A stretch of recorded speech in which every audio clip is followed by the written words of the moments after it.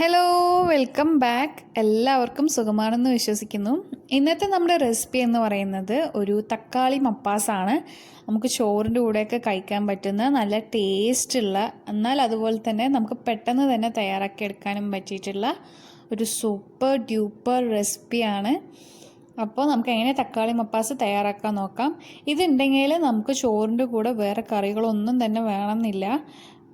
നമുക്ക് അത്രയും നല്ല ഒരു സൂപ്പർ ടേസ്റ്റാണ്. അത് നിങ്ങൾക്ക് ഉണ്ടാക്കി നോക്കിയാലേ മനസ്സിലാവുള്ളൂ. അപ്പോൾ നമുക്കിത് എങ്ങനെ തയ്യാറാക്കാൻ നോക്കാം. അപ്പോൾ ഈ ഒരു മപ്പാസ് തയ്യാറാക്കാനായിട്ട് ഞാനിവിടെ ഒരു മൺചട്ടി വെച്ചിട്ടുണ്ട്. മൺചട്ടിയിലേക്ക് കുറച്ച് വെളിച്ചെണ്ണ ഒഴിച്ച് കൊടുക്കുകയാണ്. ഇൻഗ്രീഡിയൻസ് എല്ലാം നമുക്ക് പരിചയമുള്ള ഇൻഗ്രീഡിയൻസ് ആണ്. അതുകൊണ്ടൊക്കെ ഞാൻ കുക്കിംഗ് ചെയ്യുന്ന സമയത്ത് നിങ്ങൾക്ക് ഇൻട്രൊഡ്യൂസ് ചെയ്ത് തരാം. അപ്പോൾ ഈ വെളിച്ചെണ്ണ നന്നായി ചൂടാവുന്ന സമയത്ത് ഇതിലേക്ക് നമ്മൾ കടുക് ചേർത്ത് കൊടുക്കുകയാണ്. ഞാനിവിടെ 1 ടീസ്പൂൺ കടുക് ചേർത്ത് കൊടുക്കുന്നുണ്ട്. കടുകൊക്കെ നന്നായി പൊട്ടിക്കഴിഞ്ഞാൽ ഇതിലേക്ക് നമ്മൾ അടുത്തതായി ചേർത്ത് കൊടുക്കാൻ പോകുന്നത് സവാളയാണ്. ഞാനിവിടെ ഒരു മീഡിയം സൈസ് സവാള ചെറുതായിട്ട് കട്ട് ചെയ്തിട്ടുള്ളതാണ്. അത് ഇതിലേക്ക് ചേർത്തെടുത്ത് നന്നായിട്ടൊന്ന് വഴറ്റിയെടുക്കാം. സവാള പെട്ടെന്ന് വഴന്ന് കിട്ടാനായിട്ട് കുറച്ച് ഉപ്പ് ചേർത്ത് കൊടുക്കാം. അതിനുശേഷം സവാളയൊക്കെ വഴറ്റിയെടുത്തതിന് ശേഷം ഇതിലേക്ക് എരിവിനാവശ്യമായിട്ട് ഞാനിവിടെ 4 പച്ചമുളകും കുറച്ച് കറിവേപ്പിലയും ചേർത്തിട്ടുണ്ട്. ഇവ കൂടി ചേർത്ത് നന്നായിട്ടൊന്ന് വഴറ്റിയെടുക്കാം. സവോളയും പച്ചമുളകും ഒക്കെ നന്നായിട്ട് വഴറ്റിയെടുത്തതിന് ശേഷം ഇതിലേക്ക് നമ്മൾ അടുത്തതായിട്ട് ചേർക്കാൻ പോകുന്നത് നമ്മുടെ മെയിൻ ഇൻഗ്രീഡിയൻ്റ് ആയിട്ടുള്ള തക്കാളിയാണ്. ഞാനിവിടെ 2 വലിയ പഴുത്ത തക്കാളിയാണ് എടുത്തിട്ടുള്ളത്. അപ്പോൾ ഈ ഒരു മപ്പാസ് ഉണ്ടാക്കുകയാണെങ്കിൽ നിങ്ങൾ പഴുത്ത തക്കാളീനെ എടുക്കാനായിട്ട് ശ്രമിക്കുക കേട്ടോ. ഇപ്പോൾ വീട്ടിൽ നമ്മൾ തക്കാളിയൊക്കെ വാങ്ങിച്ച് പഴുത്ത് പോകാനൊക്കെ ആയിട്ടുണ്ടെന്നുണ്ടെങ്കിൽ അങ്ങനത്തെ തക്കാളി എടുക്കുന്നതായിരിക്കും ഏറ്റവും നല്ലത്. തക്കാളി കൂടുന്തോറും ഇതിൻ്റെ ടേസ്റ്റ് കൂടുകയാണ് ചെയ്യുക. അപ്പോൾ ഈ തക്കാളിയൊക്കെ നമുക്ക് നന്നായിട്ടൊന്ന് വഴറ്റിയെടുക്കണം. ഇത് വഴന്ന് വരുമ്പോഴേക്കും നമുക്ക് മപ്പാസിലേക്ക് ആവശ്യമായിട്ടുള്ള തേങ്ങാപ്പാൽ എടുക്കണം. ഞാനിവിടെ 1/2 കപ്പ് തേങ്ങ എടുത്തിട്ടുണ്ട്. ഇതിൽ നിന്ന് നമുക്ക് 1-ാം പാലും എടുക്കണം, 2-ാം പാലും എടുക്കണം. തക്കാളി നമ്മൾ അടച്ച് വെച്ചിട്ട് വേണം വേവിക്കാനായിട്ട്.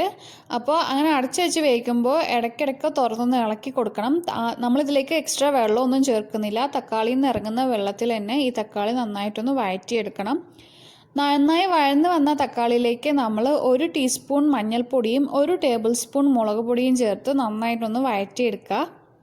ഈ ഒരു സമയമാകുമ്പോഴേക്കും നമ്മൾ 1-ാം പാലും 2-ാം പാലും റെഡിയാക്കി വെച്ചിരിക്കണം. നന്നായി വഴന്ന് ആ ഒരു മുളകിൻ്റെയും മഞ്ഞൾപ്പൊടിയുടെയും ആ മണമൊക്കെ മാറിക്കഴിഞ്ഞാൽ നമ്മൾ ഇതിലേക്ക് ഒഴിച്ചു കൊടുക്കുന്നത് 2-ാം പാലാണ്. എന്നിട്ട് ഈ 2-ാം പാലിൽ ഈ തക്കാളി നന്നായിട്ടൊന്ന് മിക്സ് ചെയ്യാം. ഞാനിവിടെ ഈ ഒരു സ്റ്റീൽ കപ്പിന് 1 കപ്പ് ആണ് എനിക്കിവിടെ 2-ാം പാല് കിട്ടിയിരിക്കുന്നത്. അത് ഒഴിച്ചിട്ട് നന്നായിട്ടൊന്ന് തിളപ്പിച്ചെടുക്കുക. നമ്മൾ തക്കാളിയുടെ പുളിയും മുളകിൻ്റെ എരിവും ഒക്കെ കറിയിലേക്ക് നന്നായിട്ടൊന്ന് ഇറങ്ങാൻ വേണ്ടിയിട്ടാണ് നമ്മൾ 2-ാം പാൽ ഒഴിച്ചിട്ട് കറി ഒന്ന് തിളപ്പിച്ചെടുക്കുന്നത്. പാൽ ഒഴിച്ച് കഴിഞ്ഞാൽ ഇതിൽ ഉപ്പിൻ്റെയൊക്കെ കുറവുണ്ടാവും. അപ്പോൾ കുറച്ച് ഉപ്പ് ചേർത്ത് കൊടുക്കുക. ഞാനിവിടെ കുറച്ച് ഉപ്പ് ചേർത്ത് കൊടുക്കുന്നുണ്ട്. ഇത് നന്നായിട്ട് തിളച്ച് കഴിഞ്ഞപ്പോൾ ഞാനിത് ഓഫ് ചെയ്യാണ്. മൺചട്ടി ആയതുകൊണ്ട് ഞാൻ തിള ജസ്റ്റ് വരുമ്പോഴേക്കും ഓഫ് ചെയ്തിട്ടുണ്ട്. അത് കുറച്ച് നേരം തിളച്ചുകൊണ്ടേയിരിക്കും. തീ ഓഫ് ചെയ്താലും മൺചട്ടി ആയതുകൊണ്ട് തന്നെ അത് കുറച്ച് നേരം തിളച്ചുകൊണ്ടേയിരിക്കും. അപ്പോൾ ഞാനിപ്പോൾ ഫ്ലെയിം ഓഫ് ചെയ്തിട്ടുണ്ട്. ഫ്ലെയിം ഓഫ് ചെയ്ത് തിള ഒന്ന് ഒതുങ്ങിയ ശേഷം ഞാനിതിലേക്ക് 1-ാം പാൽ ഒഴിച്ചു കൊടുക്കുന്നുണ്ട്. 1-ാം പാൽ ഞാൻ നേരത്തെ എടുത്ത അതേ കപ്പിന് 1/4 കപ്പേ ഉള്ളൂ. നല്ല കട്ടിയിലാണ് ഞാനിവിടെ 1-ാം പാൽ പിഴിഞ്ഞെടുത്തിട്ടുള്ളത്. 1-ാം പാൽ കൂടെ ചേർത്ത് ഒന്ന് മിക്സ് ചെയ്ത് കൊടുക്കുക. ഇത്രയേ ഉള്ളൂ, നമ്മുടെ തക്കാളി മപ്പാസ് ഇവിടെ റെഡി ആയിട്ടുണ്ട്. നമുക്ക് ചോറിൻ്റെ കൂടെയൊക്കെ കഴിക്കാൻ ഇത് മാത്രം മതി, വേറെ ഒന്നും വേണ്ട. അത്ര ടേസ്റ്റുള്ള ഒരു സംഭവമാണ്. നമുക്ക് പെട്ടെന്ന് തന്നെ തയ്യാറാക്കാൻ പറ്റുന്നതാണ്. നിങ്ങളെല്ലാവരും തീർച്ചയായിട്ടും ട്രൈ ചെയ്ത് നോക്കണം. ഇത് മൺചട്ടി ആയതുകൊണ്ട് തന്നെ അതിപ്പോഴും സൈഡിലൂടെയൊക്കെ ഇങ്ങനെ വന്നുകൊണ്ടിരിക്കുന്നുണ്ട്. ഇതിലേക്കിനി കുറച്ച് കറിവേപ്പില കൂടി വിതറി നമുക്കിത് അടച്ചു വയ്ക്കാം.